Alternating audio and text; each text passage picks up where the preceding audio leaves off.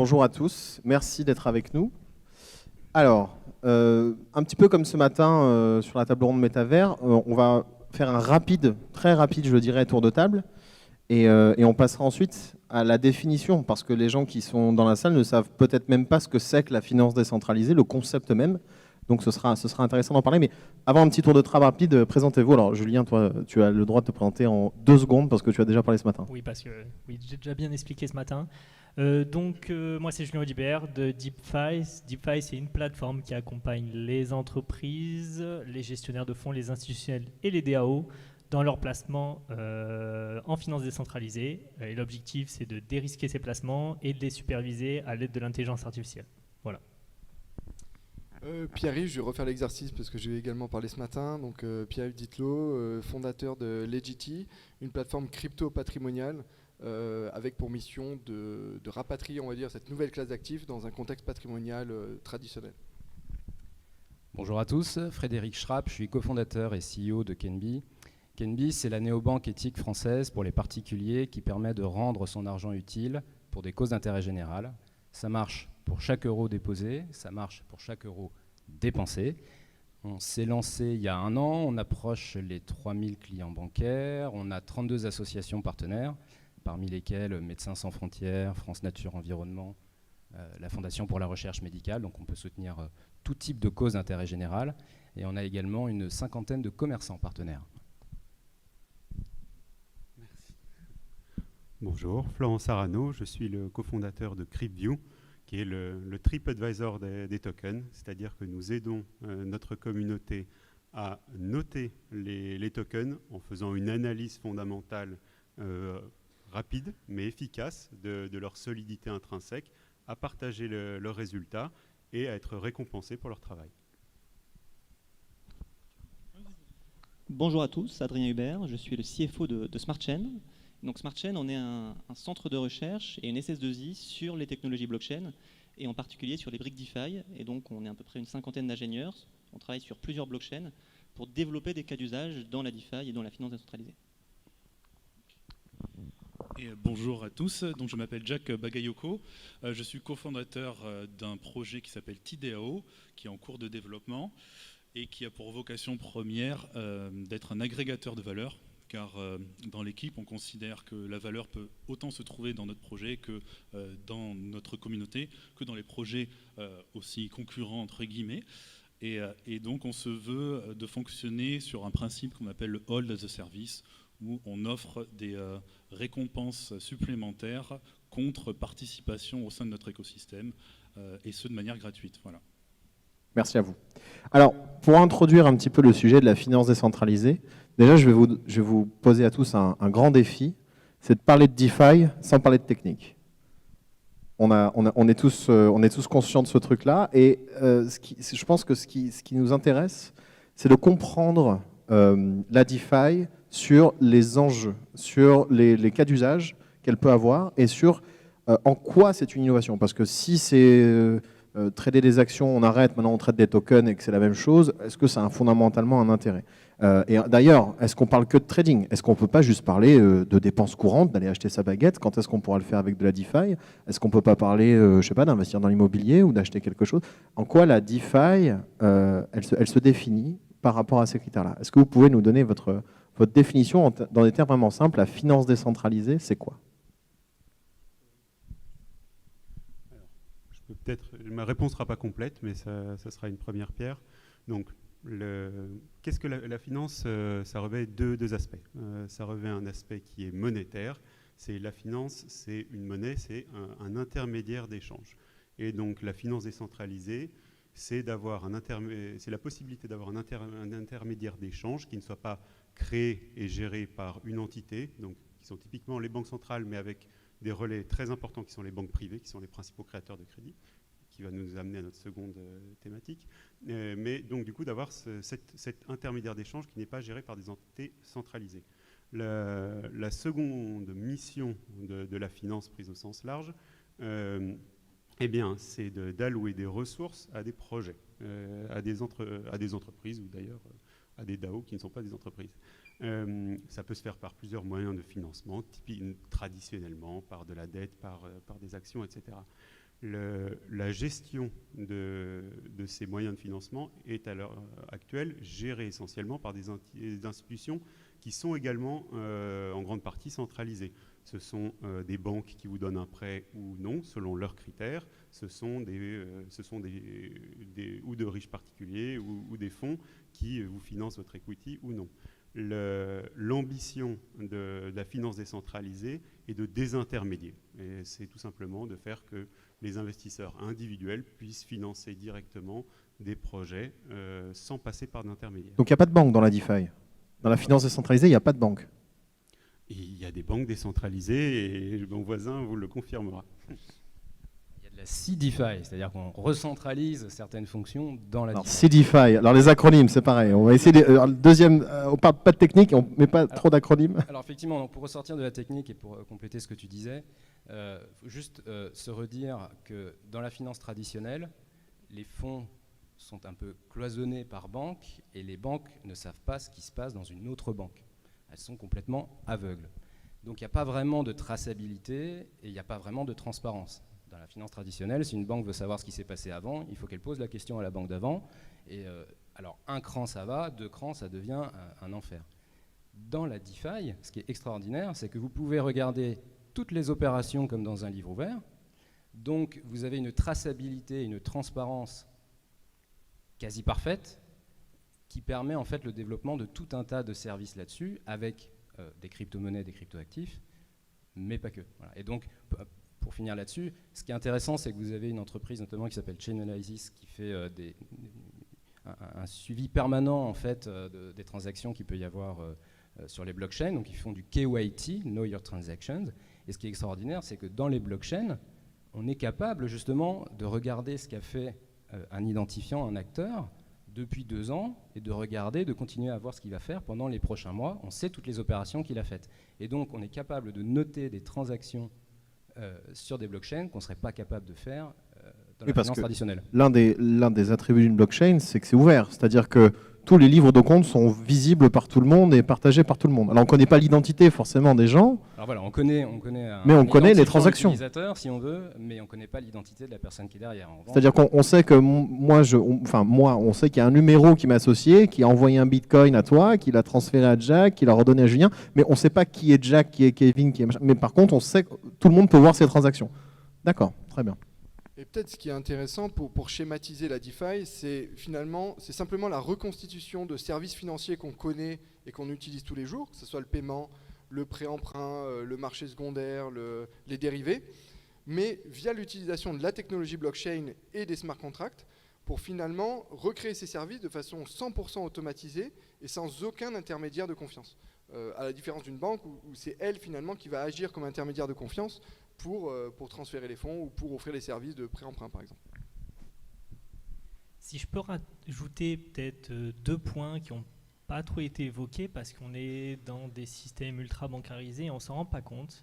Ce qu'apporte la DeFi également, c'est de l'équité d'un point de vue mondial, parce que dans des systèmes très peu bancarisés, avoir accès à un compte bancaire et à une finance décentralisée, c'est une innovation majeure.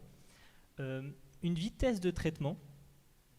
À l'heure actuelle, faire un virement d'ici au Pérou, ça va me prendre 72 heures, il faut que je valide mon bénéficiaire. Avec la DeFi, ça se fait en quelques secondes.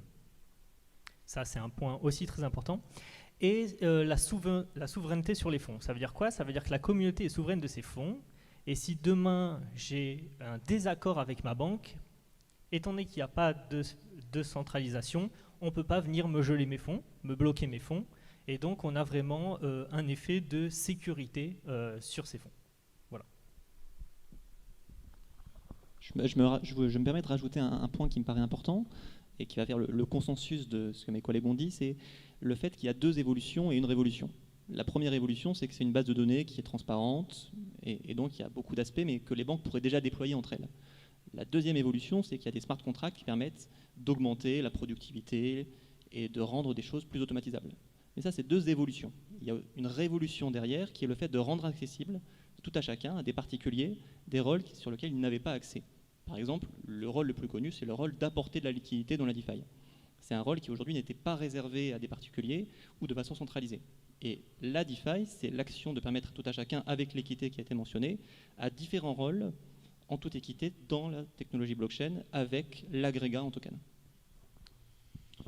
Oui, je rejoins tout ce qui a été dit précédemment. La question de souveraineté dans la DeFi, c'est quelque chose qui est très important.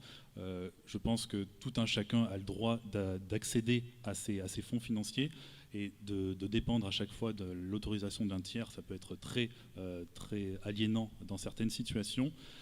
Mais au-delà de la souveraineté de ces finances, il y a aussi la question de l'ouverture aussi de nouvelles économies sans autorisation d'un tiers, c'est-à-dire qu'on peut très bien créer une économie, générer une nouvelle économie au travers par exemple, de review de projets comme le fait CryptoView. Et ça, c'est des mécanismes qui n'existaient pas. Et via cette souveraineté de l'ouverture de l'économie, on peut aussi générer des systèmes d'incitation et de gratification à la participation. Et c'est ce qui permet aussi d'appeler les utilisateurs à devenir plus acteurs de leurs économies, de leurs finances, et aussi de cueillir un peu plus équitablement les fruits de leur travail. Est-ce que on pourrait dire que les nouveaux types d'expériences qui ont des noms un peu barbares, mais qu'on va expliquer, le play to earn, le move to earn, le learn to earn, donc plein de choses to earn, quoi, c'est de l'incitation qui est liée à la DeFi, c'est-à-dire par exemple, j'achète un NFT pour jouer dans un... Il y a une appli que peut-être que certains d'entre vous connaissent, qui s'appelle Steppen, qui permet d'acheter un NFT, et quand on va courir, on gagne des tokens. Donc jusqu'à il n'y a pas très longtemps, on pouvait se faire des sommes très rondelettes en allant faire un footing, de l'ordre de plusieurs milliers d'euros par mois pour ceux qui pouvaient bien courir. Bon, ça a un peu chuté. Mais est-ce que ça a un lien? Est-ce que, par exemple, le fait que ce soit décentralisé, ce soit sur une blockchain, que j'ai mon NFT qui, dans ce cadre-là, était une paire de chaussures virtuelles, j'achète ma paire de chaussures, je vais courir et je gagne ces jetons, ces tokens. Une fois que j'ai ces tokens, est-ce que je peux les réinjecter ailleurs? Est-ce que ça circule? Est-ce que c'est vraiment quelque chose qui permet ça devient un actif en fait ou pas du tout? Merci. Je pense qu'il y a la réponse, elle est double, peut-être même triple. La première réponse, elle est technique, c'est que les tokens qui assurent le financement et le fonctionnement des entités décentralisées à des divers degrés, c'est quelque chose qui est intrinsèque à ces entités. Ça marche comme ça et ça crée cette gouvernance qui implique plus les personnes. Donc une première partie est technique, oui. Cette rémunération, c'est quelque chose qui est vraiment assez intrinsèque à l'univers décentralisé, même si, et là c'est mes collègues juristes que je regarde, aujourd'hui c'est quelque chose qui est encore assez mal défini. Parce que vous allez entendre parler de utility tokens, ce sont des tokens des jetons utilitaires qui sont vraiment utilisés pour le financement, d'autres tokens auront d'autres vocations, donc c'est encore quelque chose qui est assez nébuleux. Mais on peut dire que c'est quelque chose qui est dans l'ADN de la décentralisation. Et ça c'est la raison donc plus technique, mais ça crée quelque chose de psychologique, c'est que ça crée des communautés, ça crée un lien qui est très fort. Aujourd'hui, pourquoi est-ce que vous voyez que le créateur de Panini NFT qui s'appelle Sorare a des valorisations si incroyables? Pourquoi est-ce qu'il y a des gens qui mettent des centaines de millions d'euros là-dedans? Eh bien, c'est parce que ça crée un lien très fort entre, par exemple, des fans de clubs de foot et leur club de football. Et ce lien psychologique, cet attachement, qui est aussi d'une certaine partie lié à cette possibilité de participer à la gouvernance ou de sentir qu'on participe au destin d'une entité, d'un club, d'une entreprise, c'est quelque chose qui est très propre au Web3, pour finir sur un terme technique. Je rebondis sur ce que tu dis. Je pense aussi que la DeFi a aussi permis aux utilisateurs d'exprimer ce qu'ils avaient toujours été, c'est-à-dire que la psychologie de l'être humain, elle n'a pas tant évolué que ça. Le principe d'être gratifié quand on fait une action, il est toujours là. La peur de l'inconnu, elle est toujours là pour la plupart d'entre nous. Et donc, un exemple comme Stepin que je ne consomme pas, donc je ne pourrais pas trop m'exprimer sur le succès de la plateforme, même si apparemment, en tout cas, en termes de hype, ça a bien marché. Mais là, ce qu'ils ont compris en tout cas, c'est qu'ils ont appliqué des codes qui sont, il faut ramener du jeu, il faut ramener de la gamification, il faut remettre l'utilisateur dans une situation où il n'est pas perdu.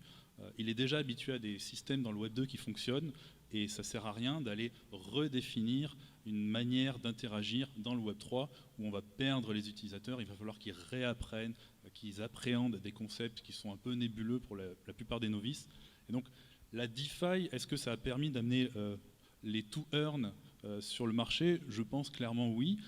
Ça ne veut pas dire que ça a apporté que du bien à l'économie. Il y a aussi des dérives, parce que là encore, la psychologie humaine, même de certains créateurs, n'a pas évolué. Mais elle a ouvert le marché, et c'est peut-être un fort rappel sur il est peut-être temps maintenant d'envisager de créer des économies qui gratifient beaucoup plus de choses et qu'on ne pouvait pas vraiment faire avant. Oui, alors c'est ça qui est intéressant, ça dérive un peu sur ma question suivante, c'est là j'ai bien compris qu'on pouvait refaire des choses qu'on faisait déjà avant, mais avec une approche décentralisée, et que du coup on gagnait aussi en gouvernance, on était maître de notre propre argent, de nos propres fonds, de nos propres tokens, il n'y avait pas d'intermédiaire qui pouvait tous nous les prendre au milieu. Donc ça, ok, mais est-ce que la finance décentralisée permet de faire des choses qu'on ne pouvait pas faire avant, des choses qui sont intrinsèquement liées à la finance décentralisée? On parlait des to-earn, ça c'est un modèle qu'on n'a pas vraiment vu jusqu'ici. Moi, il y a encore quelques années, quand mes potes ils allaient courir, ils faisaient un post sur Facebook avec un itinéraire GPS. Là aujourd'hui, ils gagnent des tokens. Est-ce qu'il y a d'autres cas d'usage de choses qui existent uniquement dans la finance décentralisée, même si on parle de choses un peu plus techniques, plutôt financières, mais quelle est la valeur au-delà du fait qu'on le fasse différemment? Est-ce qu'on peut faire d'autres choses? Si je peux m'exprimer sur ce sujet, je pense qu'un exemple ultra concret, c'est le prêt. Sans la finance décentralisée, si je veux prêter mon argent, je suis obligé d'avoir confiance en la personne en face. Ce que m'apporte la finance décentralisée, c'est la possibilité de prêter mon argent sans du tout connaître la personne en face. Donc en enlevant cette nécessité de confiance. Cette nécessité de confiance, elle est gérée par le smart contract. Et ça, c'est une nouveauté, puisque ça peut être dérivé sur plein de choses, où du moment qu'on avait besoin d'une confiance pour libérer du fonds, récupérer des fonds, du lending, du prêt, ou tout ce qu'on peut imaginer, on ouvre ce champ-là. Pour compléter ce que tu dis, il y a aussi un certain nombre d'événements depuis 2 mois qui montrent qu'il ne faut pas non plus avoir une confiance absolue dans tout ce qu'on voit sur la DeFi. Et donc, même si effectivement elle ouvre des possibilités aussi à tout un tas de dérives. Donc, sans rentrer dans le débat de la réglementation qui arrivera plus tard dans une autre table. Tout à l'heure. Il y a un moment, il faut quand même qu'il y ait un cadre qui soit respecté par tous les acteurs. Donc la DeFi, oui, elle permet par exemple de faire des mécanismes de prêt de façon désintermédiée, mais elle permet aussi peut-être des dérives qui doivent être bien cadrées dans l'intérêt de tous.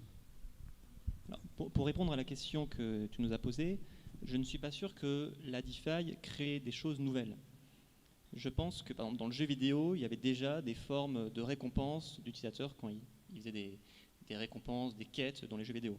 La réponse de la DeFi, c'est qu'elle rend liquide ces récompenses, ça c'est extrêmement intéressant, et elle permet d'agréger différentes choses qui n'étaient pas agrégées dans le monde traditionnel. Parce que la finance fait déjà beaucoup de choses, mais là, le token ou les tokens peuvent agréger différents éléments de la finance traditionnelle. Donc, par exemple, un token pour la gouvernance, un token pour la récompense, un token pour la levée. Donc en fait, ce qui rend unique la DeFi, au-delà de donner la possibilité à tout le monde d'avoir tous les rôles, tous les tokens qui ont les rôles associés sur la DeFi, elle permet d'agréger l'ensemble des choses extrêmement différentes qui sont des choses financières et qui sont des choses non financières au sein d'un même écosystème ouvert. Et c'est ça, pour le coup, ce que permet la DeFi pour moi. Et pour compléter, en fait, on peut voir les DeFi un petit peu comme un Lego, où on va assembler différentes briques pour construire des services, alors des services qu'on connaît déjà, mais peut-être demain de nouveaux services. Et c'est cette un peu interopérabilité et flexibilité qui en fait vraiment quelque chose d'unique et qui va nous permettre demain peut-être de voir de nouveaux services émerger ou le développement du play to earn, du learn to earn, enfin tous ces modèles-là. Merci beaucoup. Autre question sur le... J'entends souvent les gens me dire ouais, moi je suis à fond dans la DeFi, j'ai mon compte chez Binance, chez Coinbase ou autre. En fait, est-ce qu'on peut clarifier la différence, parce que en fait tout ça est très nouveau. Si moi j'ai un compte chez Coinbase ou chez Binance ou chez une autre plateforme du style, Est-ce que je fais de la finance décentralisée? Parce qu'après tout, moi j'achète des bitcoins, de l'Ethereum, etc. Donc est-ce que je suis dans la finance décentralisée ou je suis dans ce qu'on appelait tout à l'heure la CDFI, la finance décentralisée, centralisée? Et d'ailleurs, est-ce qu'on peut expliquer ce terme, s'il vous plaît? Je vais peut-être faire un raccourci un peu rapide, mais si vous n'avez pas la clé privée de votre wallet, vous n'êtes pas dans la DeFi, tout simplement. Donc c'est-à-dire qu'il faut un MetaMask, un Ledger, quelque chose comme ça. C'est-à-dire que j'ai une phrase secrète avec 24 mots que je dois noter quelque part. Ça veut dire que je suis le seul capable de pouvoir déplacer mes fonds. Donc là, il y a des termes qui sont totalement inconnus de Madame Tout-le-Monde. MetaMask, déjà, quand elle commence à se poser cette question-là, c'est qu'elle a fait un sacré bout de chemin pour rentrer dans la DeFi. Donc Madame Tout-le-Monde, elle n'a pas commencé à utiliser Internet au tout début d'Internet, donc elle ne va pas commencer à utiliser la DeFi rapidement. Et donc nous, en fait, ce qu'on essaye de faire, notamment chez Kenby, on a un livret d'épargne en développement qu'on lancera en fin d'année, c'est de rendre accessible au grand public les outils de la DeFi. Mais il faut que ce soit extrêmement simple. Mais vraiment simplissime, il faut que ce soit compris en 5 secondes. Et donc pour nous, le simplissime, c'est vous transférez des euros de votre compte vers votre livret, et c'est tout, et on s'occupe du reste. En transparence, mais on s'occupe du reste. Et donc finalement, on recentralise une fonction de gestionnaire d'actifs et d'analyste, on peut faire le parallèle avec les banques traditionnelles, au service de notre client. Et on s'occupe de tout le reste en DeFi. Donc il y a un côté un peu CDFI à être cet intermédiaire. Donc oui, la DeFi, elle est disponible pour tous s'ils le souhaitent. Il faut quand même un peu de connaissances pour entrer dedans. Elle n'est pas accessible par tous aujourd'hui. Et donc nous, sur une partie de la population des clients potentiels, on rend ceci disponible avec cette centralisation. Donc en fait, si je résume, c'est-à-dire que si on n'y connaît pas grand-chose, il y a des expériences utilisateurs qui sont très simples, qui permettent d'acquérir ces premières crypto-monnaies de façon à pouvoir aller faire sa vie sur le Web3, jouer, acheter des NFT pour jouer dans des jeux ou pour acheter un Bored Ape si vous avez un peu trop d'argent. Mais on n'est pas vraiment dans la DeFi au sens pur du terme, c'est-à-dire, comme le disait Julien, j'ai ma clé privée, je fais mon chemin sans personne, et demain, si je veux retirer mes fonds, je les retire. Mais par contre, l'échange qu'on fait, c'est que c'est super simple, on ne se pose pas de questions, au final, la valeur ajoutée, elle est là, quoi. Et je pense que, en tout cas, ça a été mon cas, et tous les gens avec qui j'en parle ont commencé forcément par un Coinbase, un Binance, etc., parce que ce sont des plateformes qui sont beaucoup plus faciles d'accès, en fait. La CDFI permet aussi de lever une certaine barrière de peur de perdre ses fonds, parce que dans la DeFi pure, on est le seul à pouvoir déplacer ses fonds, et si on fait une erreur, on peut perdre ses fonds, on peut ne plus jamais avoir accès à ses fonds.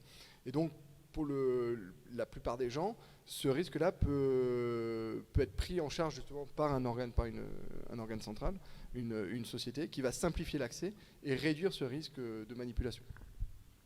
Peut-être pour rebondir sur ce que disait Pierre-Yves, ce qui est très intéressant, c'est que nous ne pensons pas, nous, à SmartChain, que l'objectif est de faire rentrer tout le monde dans la DeFi. C'est-à-dire que l'important est que la DeFi existe et soit accessible en tant qu'alternative.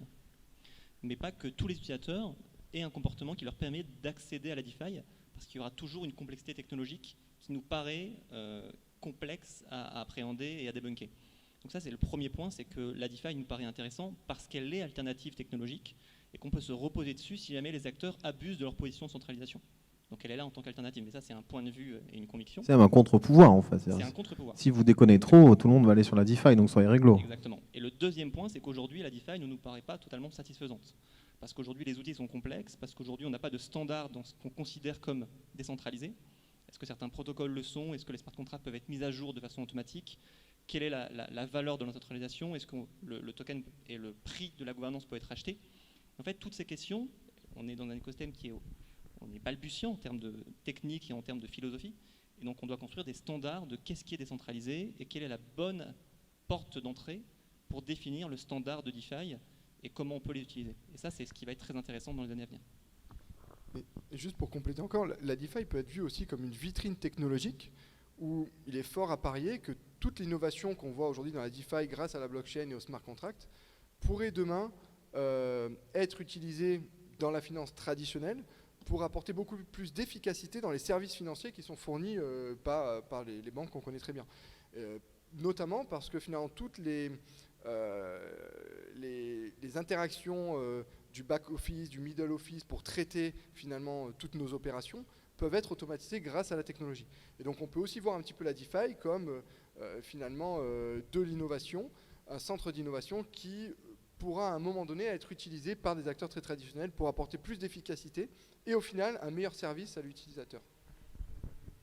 Bon, et donc, c'est vrai qu'à l'heure d'aujourd'hui, j'ai vraiment l'impression que ça reste du produit financier un petit peu quelque part, mais que, au-delà du fait que ça devienne accessible à tout le monde, il y a aussi d'autres enjeux qu'on vient d'évoquer qui sont finalement devenir une espèce de pratique qui est beaucoup plus proche du quotidien, qui permettent d'aller se nicher dans le quotidien des gens. Est-ce que demain, je pourrais acheter ma baguette grâce à la DeFi? Comment ça marche?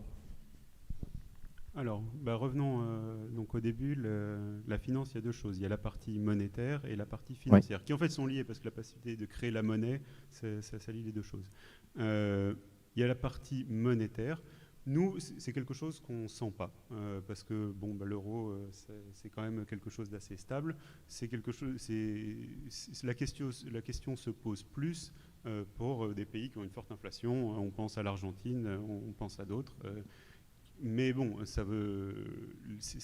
on reste quand même. Ça pour le coup, ça vient en concurrence d'une prérogative extrêmement importante de la souveraineté des États. Abandonner sa monnaie, c'est pas facile. Encore qu'il y ait des États qui abandonnaient leur monnaie pour le dollar, comme l'Équateur. Mais bon, sans rentrer dans les détails, aujourd'hui, quoi qu'il en soit, en Europe, moi, ça me va de payer ma baguette en euros, à titre personnel. La question sous-jacente, c'est ça. Est-ce que ça a un intérêt d'aller sur de la DeFi dans les opérations du quotidien?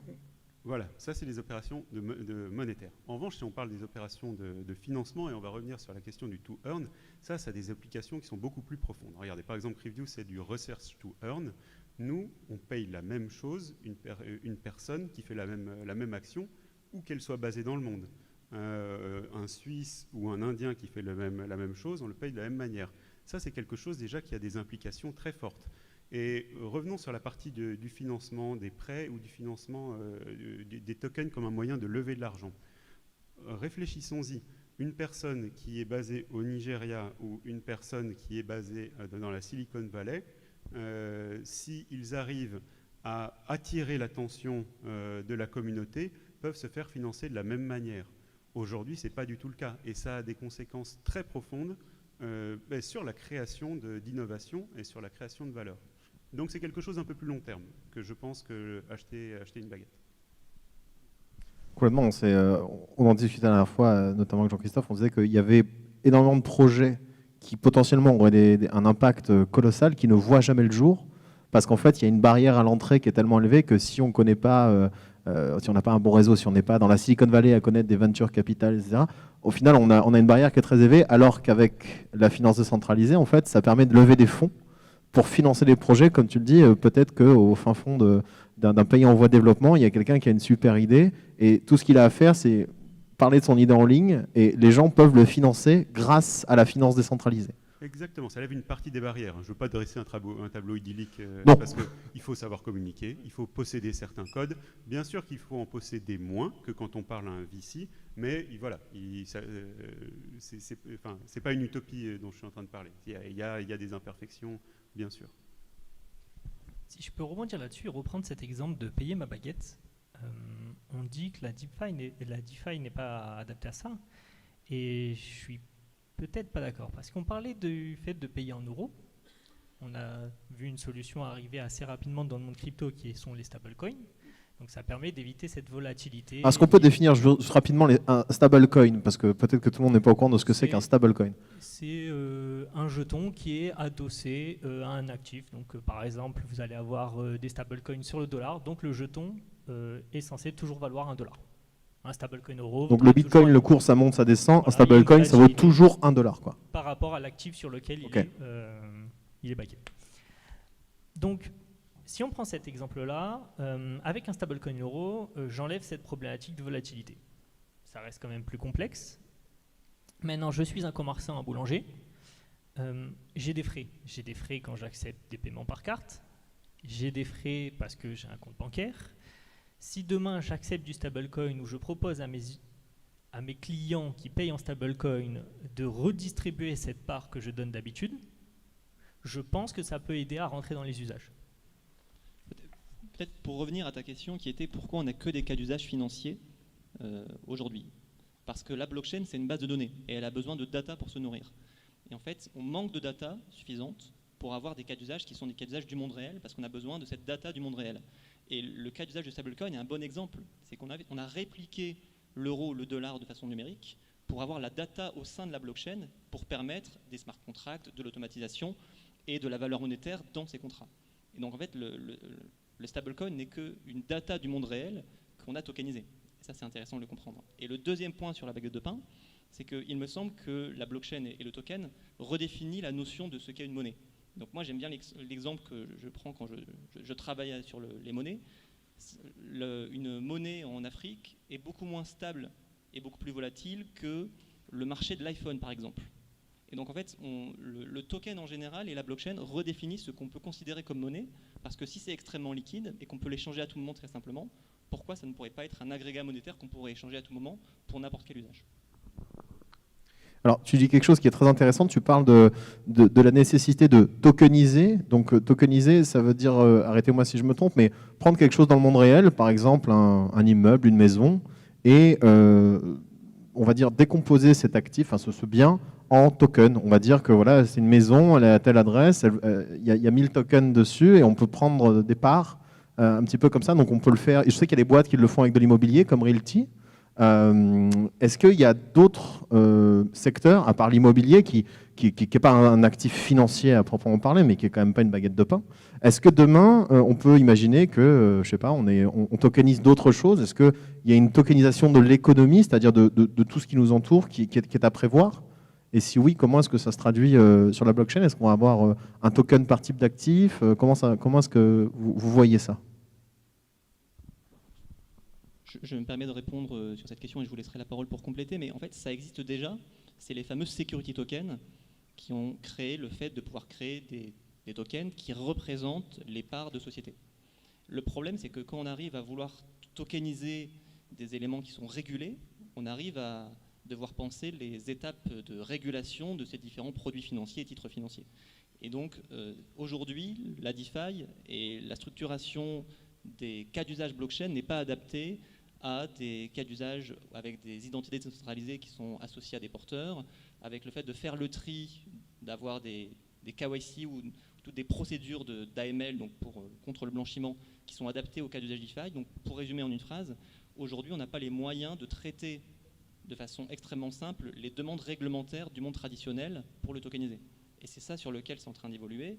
Et si on arrive à avoir une réglementation qui est cohérente et satisfaisante et qu'on arrive à avoir des outils technologiques qui peuvent répondre à cette réglementation tout en gardant l'identité de la blockchain qui est le fait d'avoir ces assets et d'avoir un parcours utilisateur relativement simple, on aura probablement une tokenisation extrêmement forte de l'ensemble des types d'actifs, que ce soit des actifs qui sont des immeubles, des parts de société, mais ça peut être aussi des denrées alimentaires, ça peut être n'importe quoi du monde réel. Et les NFT se sont créés pour tokeniser n'importe quelle donnée qui est une donnée unique du monde réel. Une télé, une chaise, une montre, un ordinateur. Oui, et puis l'enjeu de la tokenisation, c'est quand même un enjeu qui me semble majeur et qui devrait prendre beaucoup de temps parce que derrière, il y a beaucoup d'acteurs dont la profession dépend. J'ai du mal à envisager que c'est quelque chose qui puisse se mettre en place très rapidement. Je trouve que la DeFi a déjà beaucoup d'enjeux majeurs qu'elle doit gérer, notamment l'enjeu majeur de la donnée, à qui appartient la donnée, parce que jusque-là, est-ce que l'utilisateur dans le Web 2 était détenteur de ces données? Je pense qu'on est tous d'accord que la réponse est plutôt vers la négative. Là, on est en train de créer des mécanismes et des écosystèmes qui commencent à dire qu'en fait, on peut choisir comment on interagit avec une plateforme, qu'est-ce qu'on décide de donner comme information à la plateforme. Et je pense que déjà arriver à statuer sur ça, légiférer, ce sera déjà une victoire. Donc moi, je dirais qu'il faut un peu attendre avant de voir l'univers qui nous entoure complètement tokenisé dans son moindre centimètre carré. Voilà. On est un peu à la limite de la DeFi, hein, dans laquelle il y a surtout les services financiers qui se développent sur tout ça, mais les tokens, effectivement, peuvent être assimilés à des crypto-monnaies dans certains cas, mais ils permettent effectivement d'importer dans l'univers dématérialisé des informations de l'univers réel. Et il y a plein de cas d'usage, je pense notamment aux tokens qui permettent d'assurer la traçabilité sur les kilowattheures verts. Quand il y a un token qui est là pour le suivre, on a beaucoup plus de confiance et je repense à la couverture de Time d'ailleurs à l'époque à propos de la blockchain qui avait titré The Trust Machine. La blockchain c'est ça, les tokens c'est ça, The Trust Machine. Et donc il y a ça, ou alors pour faire le lien aussi avec l'activité de Kenby, puisqu'on permet de soutenir pas mal d'associations, dans le domaine du don, on n'est pas en train de tokeniser un actif, mais le don ce sont des flux financiers. Et le don a besoin de confiance et de transparence pour convaincre plus de donateurs. Et la blockchain est une solution absolument formidable pour ça, avec notamment des services DeFi qui vont s'y attacher. Merci beaucoup.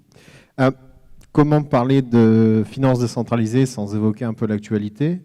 Alors, il faut que vous m'expliquiez quelque chose, parce que moi, on m'a toujours dit que le Bitcoin et les crypto-monnaies, c'était un système financier qui était alternatif et que du coup, ça n'avait aucun lien avec les marchés traditionnels. Alors pourquoi, quand tout se pète la gueule, le Bitcoin et les autres aussi se pètent la gueule ? Alors ça, c'est facile. Ceux qui vous ont dit ça, ils vous disaient quelque chose qui était au moins approximatif, voire trompeur. Le Bitcoin est un actif sur lequel sont déployés beaucoup de porteurs individuels, mais aussi des porteurs institutionnels. Ces porteurs réagissent à plusieurs facteurs, dont les taux d'intérêt. Plus les taux d'intérêt montent, plus le prix des actifs baisse. Et le Bitcoin est un actif comme les autres.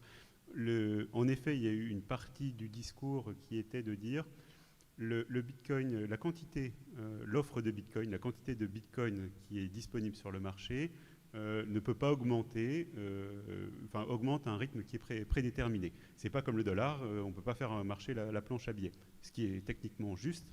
Mais ce que l'on a vu, c'est que, donc ça marche du côté de l'offre, mais ce que l'on a vu, c'est que les variations de la demande sont tellement violentes qu'elles font que plus que compenser cette offre qui est très stable. Et malgré ça, on voit un Bitcoin qui va à 60 000, qui descend à 20 000. Voilà pourquoi ce qu'on vous a dit était pas forcément très exact. Tu as peut-être besoin de l'aide d'un acteur CDFI. Hein, je pense. Peut-être pour compléter ce qui vient d'être dit, c'est que finalement, si les crypto-monnaies sont considérées comme une nouvelle classe d'actifs d'investissement, on va avoir un lien beaucoup plus fort entre les marchés financiers traditionnels, les investisseurs et les crypto-monnaies. Et donc demain, quand on a une crise financière sur les marchés traditionnels, on aura forcément les mêmes flux financiers qui vont s'opérer, même si les fondamentaux sont complètement différents.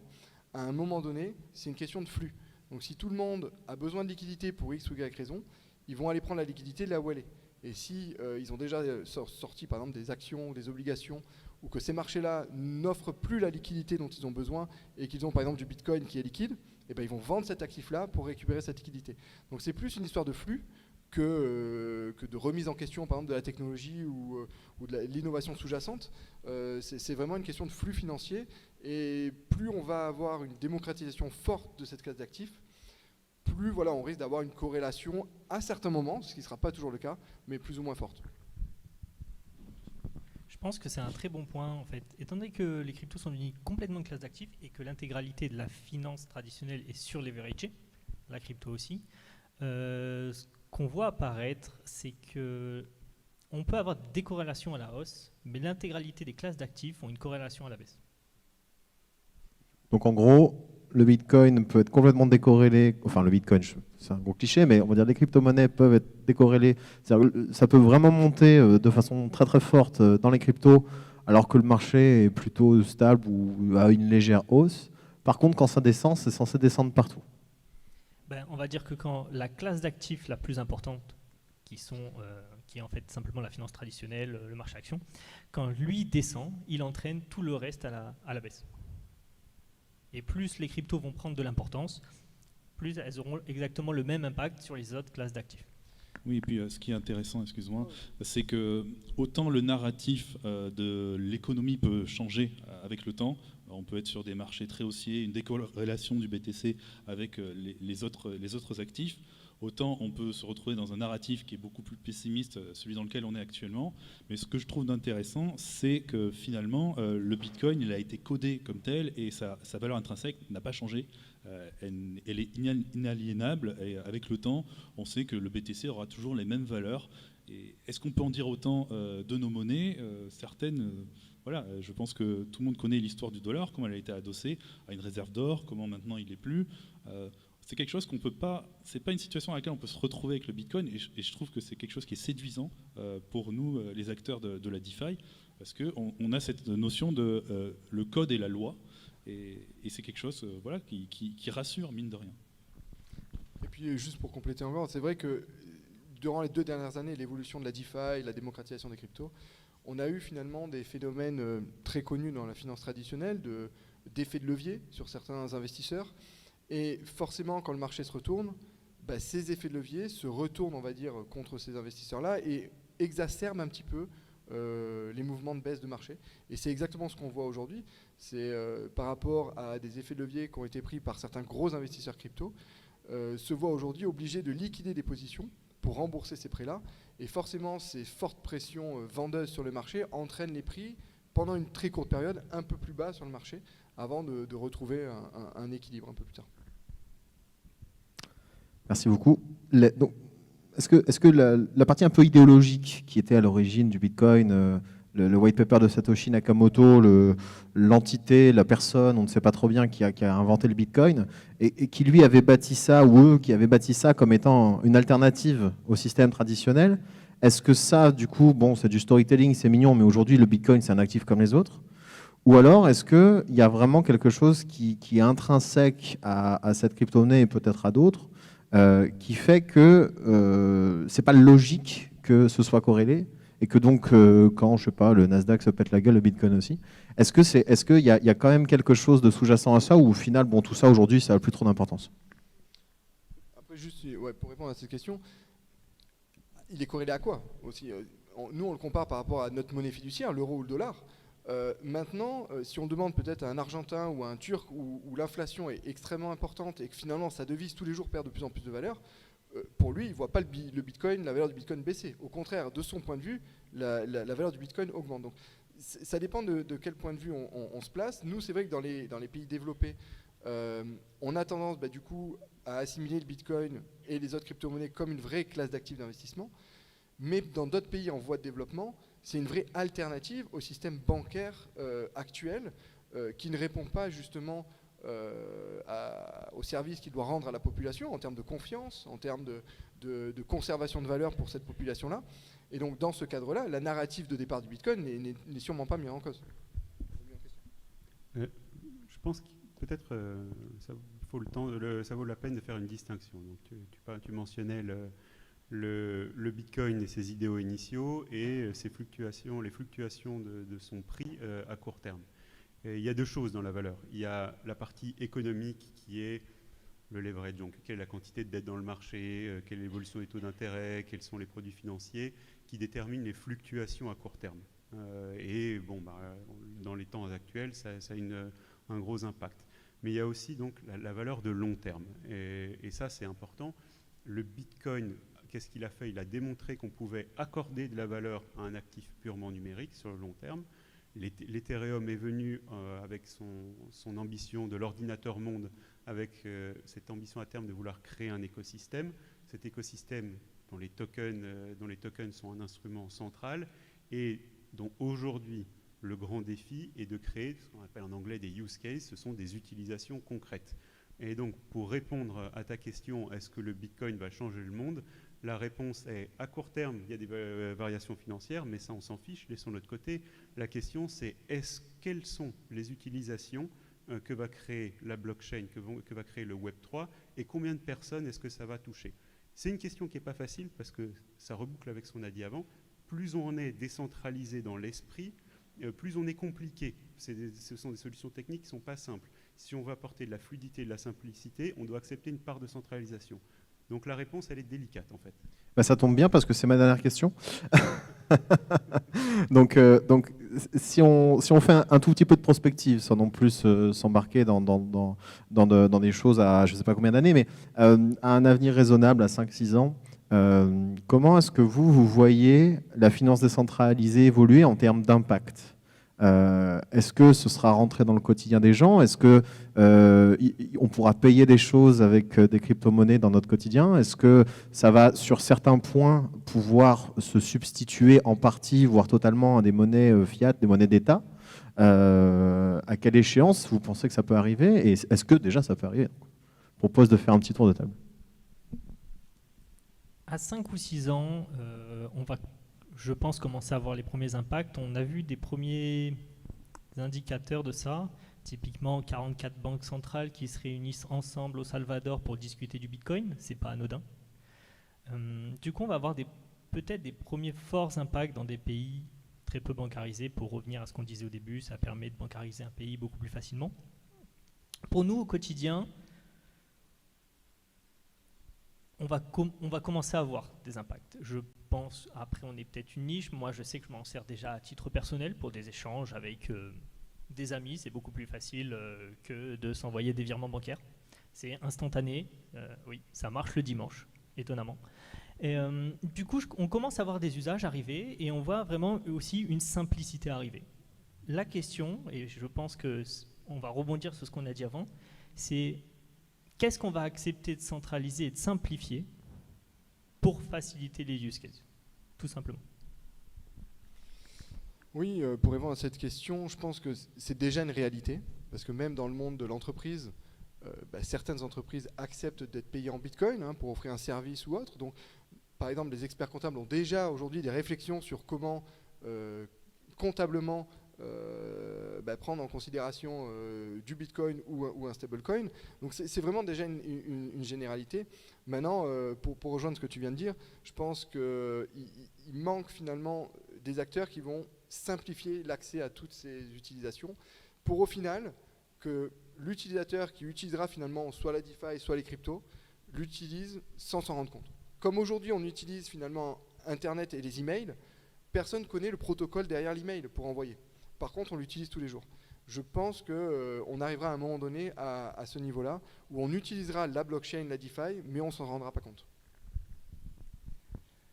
Moi, je suis convaincu que dans 5 ans, il y a des nouvelles monnaies qui vont émerger et qui vont prendre de l'ampleur dans les usages. Il n'y en aura pas beaucoup, ça va se centraliser, mais il y en aura des nouvelles qui arriveront.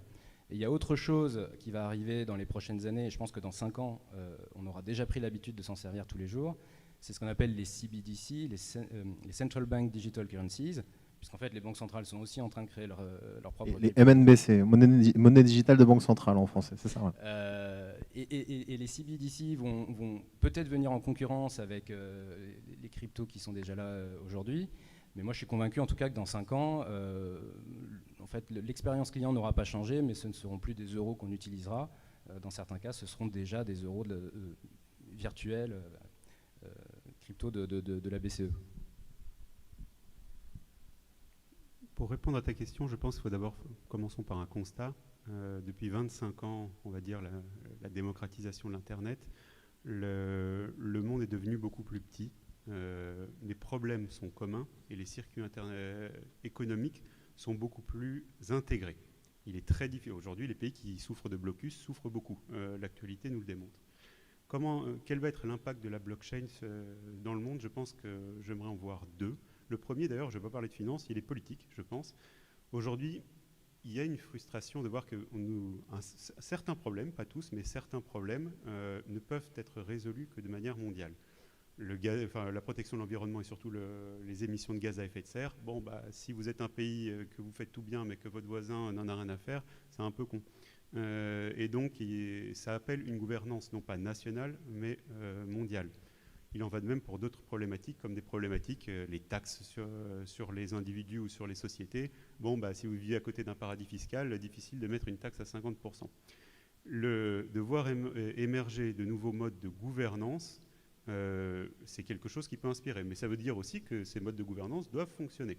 Ça met une certaine pression sur l'écosystème et on va voir si l'écosystème est capable de réduire son impact environnemental, etc.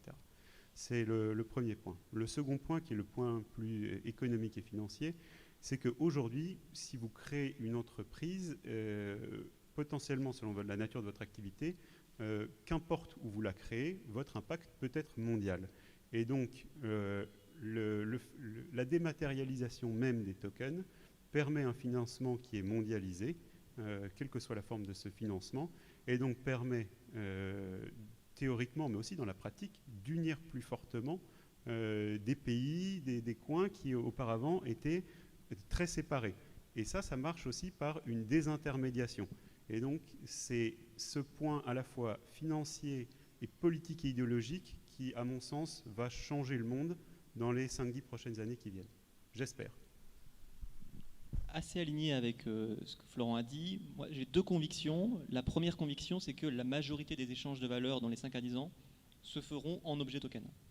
Première conviction. Qui est une conviction très forte. Mais il y a 5 ans, c'était très osé. Aujourd'hui, c'est presque mainstream de le dire. Donc ça, c'est important.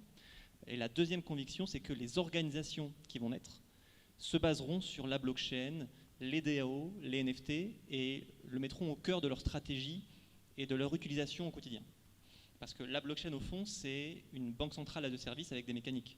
Et donc, les cas d'usage de la DeFi d'aujourd'hui et les cas d'usage de la blockchain d'aujourd'hui sont encore des cas d'usage qui sont extrêmement peu satisfaisants, mais qui demain seront totalement différents et auront un impact bien plus important que ceux d'aujourd'hui. Moi, je pense qu'on est encore dans une phase où la blockchain rend les gens à la fois dubitatifs pour certains, et pour d'autres, certains ils pressentent déjà un caractère incroyable en se disant que ça va solutionner tous les problèmes.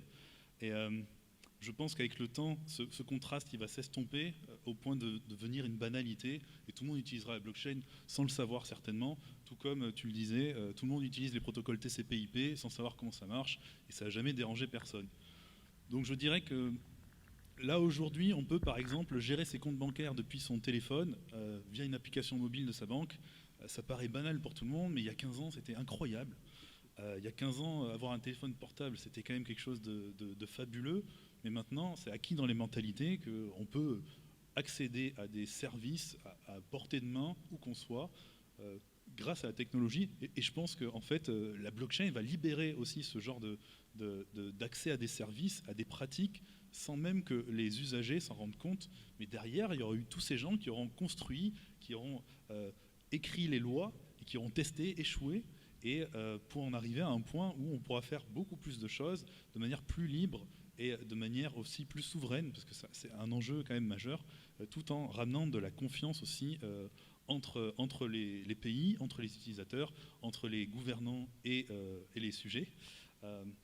Donc oui, je suis très on va dire optimiste sur le moyen long terme, mais je pense qu'il ne faut pas se précipiter, parce qu'il y a beaucoup de travail, que ce soit dans les DAO, pour lesquels je pense qu'il y a beaucoup d'avenir d'ailleurs, peut-être plus que la DeFi. Je pense que l'impact des DAO va être beaucoup plus impactant que la DeFi en général, mais voilà, il y a beaucoup de chantiers en cours, et il faut continuer d'avoir des gens qui construisent l'avenir qu'on consommera tous avec fluidité dans quelques années.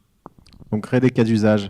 Ce sera le mot de la fin. Je vous remercie. J'espère que vous y voyez plus clair dans la finance décentralisée. Merci à tous.